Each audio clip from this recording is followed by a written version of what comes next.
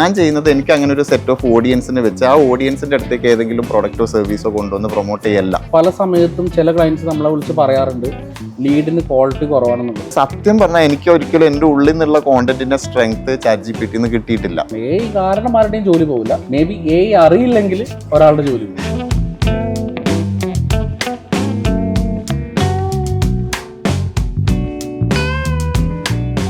ഈ സെയിൽസും മാർക്കറ്റിങ്ങും ഒക്കെ ഒരുപാട് ഘടകങ്ങളുടെ ഒരു ആകത്തുകയാണ്. ഇതിൽ ടൈമിംഗ് വളരെ ഇമ്പോർട്ടൻ്റ് ആണ്. കറക്റ്റ് ടൈമിങ്ങിനായിരിക്കണം നമ്മൾ മാർക്കറ്റ് ചെയ്യുന്നത്. ആ ടൈമിംഗ് ഏറ്റവും നന്നായിരിക്കുന്നത് എനിക്കല്ല പറയാൻ പറ്റുക, അത് ക്ലയൻറ്റിനാണ് പറയാൻ പറ്റുക.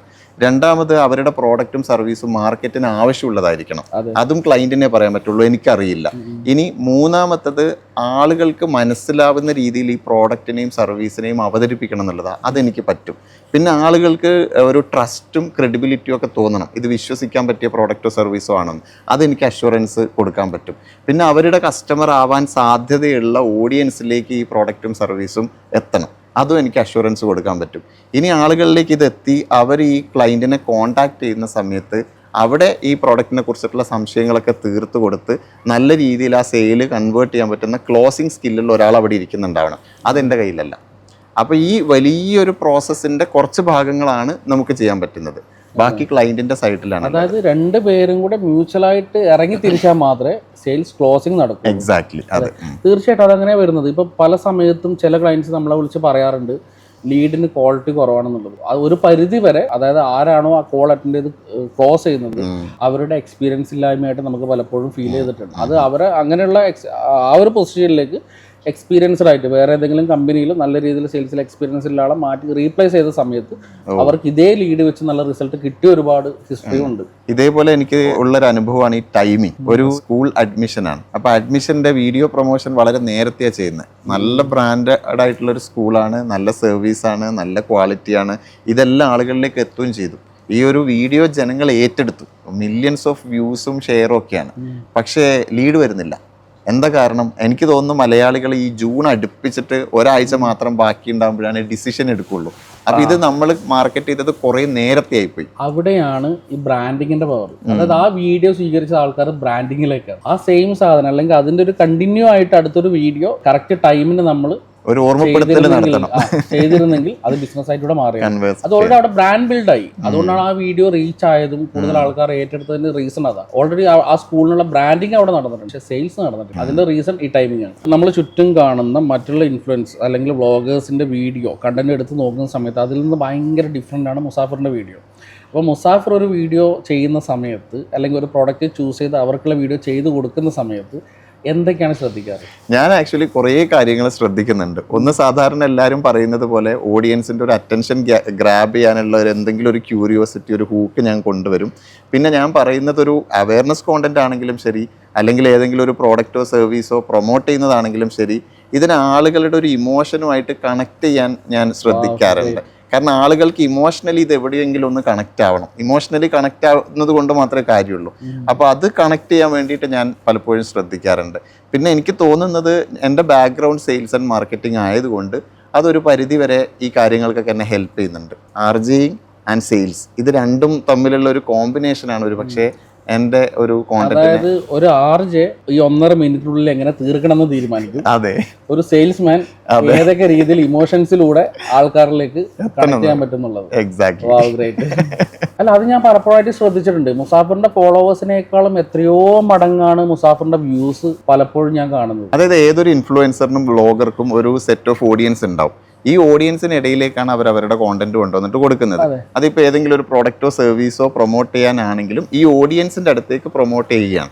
പക്ഷെ ഞാൻ ചെയ്യുന്നത് എനിക്ക് അങ്ങനെ ഒരു സെറ്റ് ഓഫ് ഓഡിയൻസിനെ വെച്ച് ആ ഓഡിയൻസിൻ്റെ അടുത്തേക്ക് ഏതെങ്കിലും പ്രോഡക്റ്റോ സർവീസോ കൊണ്ടുവന്ന് പ്രൊമോട്ട് ചെയ്യല്ല. ഈ പ്രോഡക്റ്റ്, ഒരു പെർട്ടിക്കുലർ സർവീസ് ആരെയാണോ ഇമോഷണലി കണക്ട് ചെയ്യേണ്ടത് അവരെ കണക്ട് ചെയ്യുന്ന രീതിയിൽ ഞാനൊരു കോണ്ടന്റ് ഉണ്ടാക്കി ഡെലിവർ ചെയ്യുകയാണ്. അപ്പോൾ എൻ്റെ ഈ ഓഡിയൻസിലേക്ക് എന്നതിനേക്കാളും ഈ പ്രോഡക്റ്റ് ആൻഡ് സർവീസ് ആരെയാണോ ഇമോഷണലി കണക്ട് ചെയ്യേണ്ടത് അവരിലേക്ക് നിലവിലുള്ള ഇൻസ്റ്റഗ്രാമിൻ്റെ അൽഗോരിതം പ്രകാരം ചെന്നെത്തുകയാണ്. അതുകൊണ്ടാണ് മുസാഫറിന്റെ വീഡിയോക്ക് ഇത്രയും റിസൾട്ട് കിട്ടുന്നത്. അതിപ്പോൾ നമ്മൾ ക്യാമ്പയിനിൽ യൂസ് ചെയ്യുകയാണെന്നുണ്ടെങ്കിലും കൂടുതൽ സക്സസ്ഫുൾ ആയിട്ട് റൺ ആവുന്നത് ഈ ഒരു റീസൺ കാരണമാണ്. മുസാഫറിന്റെ ഓഡിയൻസിന് മാത്രമല്ല മുസാഫർ കൊടുക്കുന്നത്, ആ പ്രൊഡക്റ്റിന്റെ ഇമോഷൻ ടച്ച് ചെയ്യുന്ന ആൾക്കാരിലേക്കാണ് മുസാഫർ വീഡിയോസ് എത്തിക്കുന്നത്. എക്സാക്ട്ലി. ദിവസവും ഒരുപാട് കണ്ടന്റ് ഉണ്ടാക്കുന്ന ഒരാളാണ് മുസാഫർ. അതായത് റേഡിയോയിലേക്ക് അഡ്വർടൈസ്മെന്റ് വേണം, റേഡിയോയിൽ ഷോ വേണം, അതിന് പുറമെ പ്രൊമോഷൻസ് വേണം, അതിന് പുറമെ അവയർനെസ് വീഡിയോസ് കൊടുക്കുന്നുണ്ട്.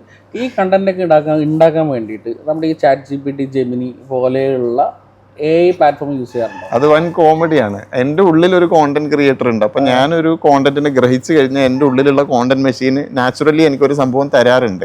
ഈ ChatGPT ഒക്കെ വന്നതിന് ശേഷം ഞാൻ ഈ കോണ്ടന്റ് ക്രിയേറ്ററിനേക്കാൾ കൂടുതൽ ChatGPT ഉപയോഗിക്കാൻ ഒരു ശ്രമം നടത്തി നോക്കി. പക്ഷെ സത്യം പറഞ്ഞാൽ എനിക്ക് ഒരിക്കലും എൻ്റെ ഉള്ളിൽ നിന്നുള്ള കോണ്ടന്റിന്റെ സ്ട്രെങ്ത് ChatGPT കിട്ടിയിട്ടില്ല. പക്ഷെ ഇപ്പൊ ഞാൻ മനസ്സിലാക്കിയത് ഈ ഒരു ടൂളിനെ ഉപയോഗിക്കണം. പലപ്പോഴും ഞാനിപ്പോൾ ഒരു വലിയ സ്റ്റേജിൽ സ്പീച്ചിനൊക്കെ പോകുമ്പോൾ ChatGPTയോട് അതിൻ്റെ സ്ട്രക്ചർ ചോദിക്കും. ഞാൻ ഇങ്ങനെ ഒരു സ്പീച്ചിന് പോവാണ്, എന്തൊക്കെ കാര്യങ്ങൾ ഉണ്ടായിരിക്കണം. അപ്പോൾ ഈ പുള്ളി ഇന്ന കാര്യങ്ങൾ പറയണം, ആദ്യം ഇന്നവർക്ക് താങ്ക് യു പറയണം, അവസാനിക്കുമ്പോൾ ഇങ്ങനെ ഒരു പഞ്ച് ലൈൻ പറയണം എന്നൊക്കെ അദ്ദേഹം പറയും. ബാക്കി അത് ഞാൻ എൻ്റെ ഉള്ളിൽ നിന്ന് ഡെവലപ്പ് ചെയ്യും. അപ്പോൾ ആവശ്യം വരുമ്പോൾ മാത്രം ഈ രീതിയിലാണ് ഞാൻ ChatGPT ഉപയോഗിക്കുന്നത്. അതായത് ഒരു റൂട്ട് അവർ തരും, റൂട്ടിനനുസരിച്ച് നമ്മൾ വണ്ടി ഓടിക്കും. കറക്റ്റ്. ഇന്നിപ്പോൾ ഒരു പരിധിവരെ എല്ലാ ബിസിനസ് ഓണേഴ്സിനും അറിയാം ഡിജിറ്റൽ മാർക്കറ്റിംഗ് ആവശ്യമാണെന്ന്. അവിടെ അവർക്കുള്ളൊരു കൺഫ്യൂഷൻ, ഇത് നമ്മൾ തന്നെ ഒരു ടീമിനെ ഹയർ ചെയ്ത് ഇൻഹൗസ് ഒരു ടീമിനെ ബിൽഡ് ചെയ്യേണ്ടതുണ്ടോ, അല്ല പുറത്ത് ഏതെങ്കിലും ഡിജിറ്റൽ മാർക്കറ്റിംഗ് ഏജൻസിക്ക് കൊടുക്കണോ എന്നുള്ളതാണ്. അതായത് ഒരു വലിയൊരു ബിസിനസ് ആണെന്നുണ്ടെങ്കിൽ ഒരു ഏജൻസിയിലുള്ളത്രയും ഒരു മാൻ പവർ, അതായത് എല്ലാ മേഖലയിലും, അതായത് ഈ ഡിജിറ്റൽ മാർക്കറ്റിംഗ് എന്നുള്ളത് ഒരു മേഖലയാണെങ്കിൽ അതിൽ നമുക്ക് ഈ പെർഫോമൻസ് മാർക്കറ്റിംഗ്, അതിൽ തന്നെ ഈ മെറ്റാ ആഡ്സ് വരുന്നുണ്ട്, ഗൂഗിൾ ആഡ്സ് വരുന്നുണ്ട്, അതേപോലെ തന്നെ SEO വരുന്നുണ്ട്, വെബ്സൈറ്റ് ഡെവലപ്മെൻറ്റ് വരുന്നുണ്ട്, ഈ ലോക്കൽ SEO വരുന്നുണ്ട്. നമ്മളെ സംബന്ധിച്ചിടത്തോളം ഈ graphic designing, video editing, AI ഒക്കെ വരുന്നുണ്ട്. നമ്മളെ സംബന്ധിച്ചിടത്തോളം ഓരോന്നും ഓരോ വിങ് ആയിരിക്കും. അതായത് മെറ്റാ ആഡ്സിന് ഒരു വിങ് ആയിരിക്കും, ഗൂഗിൾ ആഡ്സിന് ഒരു വിങ് ആയിരിക്കും. ഇതെല്ലാത്തിനും ഒരു ടീം ലീഡർ ഉണ്ടാവും, ഒരു മാനേജർ ഉണ്ടാവും. അപ്പോൾ ഇങ്ങനെ ഫിൽട്ടർ ചെയ്ത് ഓരോ ആൾക്കാരുടെ അണ്ടറിലൂടെയാണ് ഈ സംഭവം നടക്കുന്നത്. അപ്പോൾ ഇത്രയും സ്റ്റാഫിനെ അവർക്ക് വെക്കാനുള്ള ഒരു കപ്പാസിറ്റി ഉണ്ടെന്നുണ്ടെങ്കിൽ അത് ഓക്കെയാണ്. പക്ഷേ ഏറ്റവും ബെസ്റ്റ് തലവേദന കുറവ് ഒരു ഏജൻസി ഏൽപ്പിക്കുന്നതാണ്.